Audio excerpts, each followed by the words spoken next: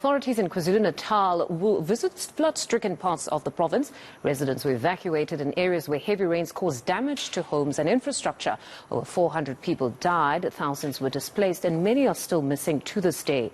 eNCA senior reporter Dasen Thathiah is in Marion Ridge in Pinetown and joins us now. Good morning, Dasen. What is the community there in Pinetown saying?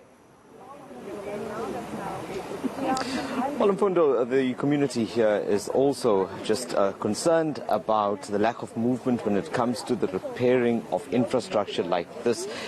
Even though it's been just over 2 months since those KwaZulu-Natal floods, or about 2 months, this is still the scenes that you're seeing in some parts of Durban. These are some of the pipes that are lying here that were under this road that were damaged. There are still homes that have not been reconstructed yet. So it's frustrating residents to a point where they want answers around when will there be some kind of movement in terms of those repairs. The eThekwini municipality has started some of its work in other parts of the city, but it's now checking out places like this. The Deputy Mayor, Philani Mafundla, is leading a team here to do those assessments. The community is also gathered here. I just want to get a word, ma'am.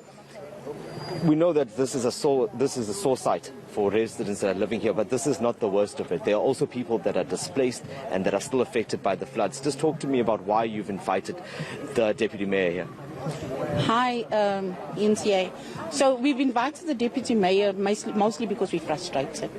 It's been 2 months since the flood. This road was damaged before the floods, and when the floods came, it was totally collapsed. It's collapsed also further with the second flooding. It's the main entrance in and out of Marion Ridge. It's our economic link to outside of Marion Ridge with 13, 14 and 15. And the frustration is that there is, at this point, we don't even know who the road belongs to. Is it province? Is it eThekwini? And there isn't an urgency that we see in other areas to fix this issue. What about the people that are impacted? This is the infrastructure on the one side, but you've also got families that are displaced. Where are they now? Are they being housed? You know, recently we saw that some of the displaced victims had gone to the city hall saying that they were not being catered to. So most of our displaced people are in the Greenfields unfinished project. It's 20 units that are housing them. Others are displaced with family and friends. Frustrating because where they are displaced, there's no water, there's no electricity, there's no sewer. They've lost everything. It's terribly cold this winter. And they also have no idea what is going to happen. So if my house has fallen, what will happen to me going forward? Will I get some help to build? Will I get some help even to clean up? So we've got a number of homes that have mudslides up to window level. Yeah. And we've brought in even the SANDF to assist us. Yeah. But we cannot get into those homes because the mudslide is so high, yeah, and the walls that are holding the mud may be compromised. So even if we cleaned it up and we ask people to go back in, yeah, we don't know if that is going to be a risk, yeah, for further damage later. Thank you so much for your time, ma'am. Mfundo, there'll be a program today that will also see the residents engaging with the Deputy Mayor, and at that point they'll also be able to put forward their concerns. But one hopes that after this engagement there will be some movement, because seeing a site like this is just a reminder that even though it's been 2 months, there are still areas that have not been reached, and you still have these frustrations that exist within some communities. Mm-hmm. No, Dasen, it is honestly a sorry sight just looking at the dilapidated road. But I suppose what exacerbates the frustration of some of these citizens is that they're hearing in the news that there's a new dynamic now, new revelations from finance, that they have in fact not received a single application for that 1 billion. Yet in KwaZulu-Natal, it seems there's some sort of back and forth around that 1 billion. Have they received any money to actually fix the roads? Mfundo, if you'll allow me, I just want to take you straight to the Deputy Mayor, and that's a very valid question. We were discussing a little while ago, Mr. Mafundla, that it's an issue around money.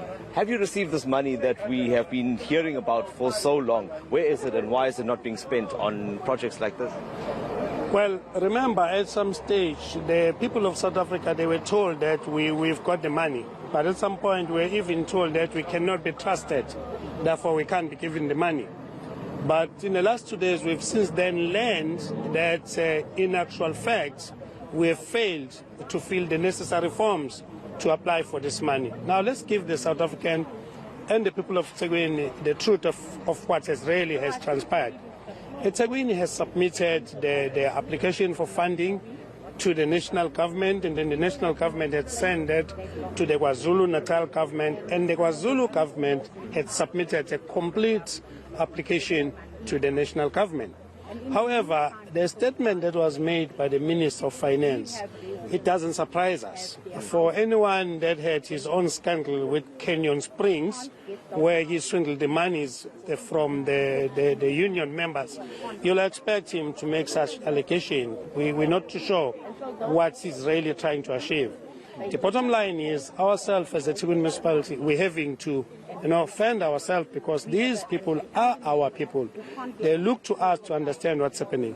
But the danger of this is that those now understand that the national minister have said we fail to fill the forms, will think we're just playing with their lives, which is not true. It sounds like residents are getting caught in the middle of politics here. Well, they are. I still have the same feeling. I'll repeat this, that our take is that eThekwini is not taken as if it's part of South Africa. We don't know when. Maybe it's because of what happened in their own conference in the region. But we are all getting affected. Remember, it's not all of us who are members of the eNCA, but we are getting affected. And the communities who are not politicians, they're just getting the wrong side of the stick. Okay, Mr. Mafundla, I hope we'll continue this conversation a bit later on. Mfundo, I guess you heard it for yourself there. The sad part about all of this is while they, try to come to these decisions about who's filled in forms and who hasn't, at the end of the day, these are some of the pictures that you are seeing on the ground. But this story definitely needs further interrogation, because it cannot be that you've got a finance minister saying the applications didn't come, and then you've got the KZN government saying they need money and they have indeed filled the forms. And like you say, those that are affected here are the residents.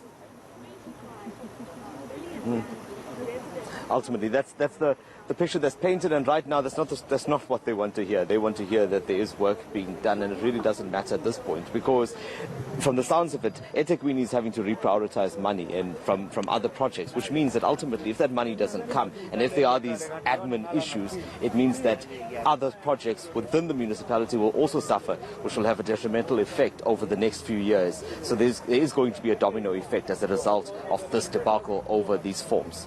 No, we trust that you'll get to the bottom of it for us. That's reporter Dasen Thathiah there in KZN. Very disturbing what we've just heard there from eThekwini. The mayor saying that in fact they have filled all forms, and they're quite surprised by the statement by the finance minister that he didn't receive an application from the KZN government or any other province that was affected by the floods. It's honestly a developing story. We'll give you more on that. But first, let's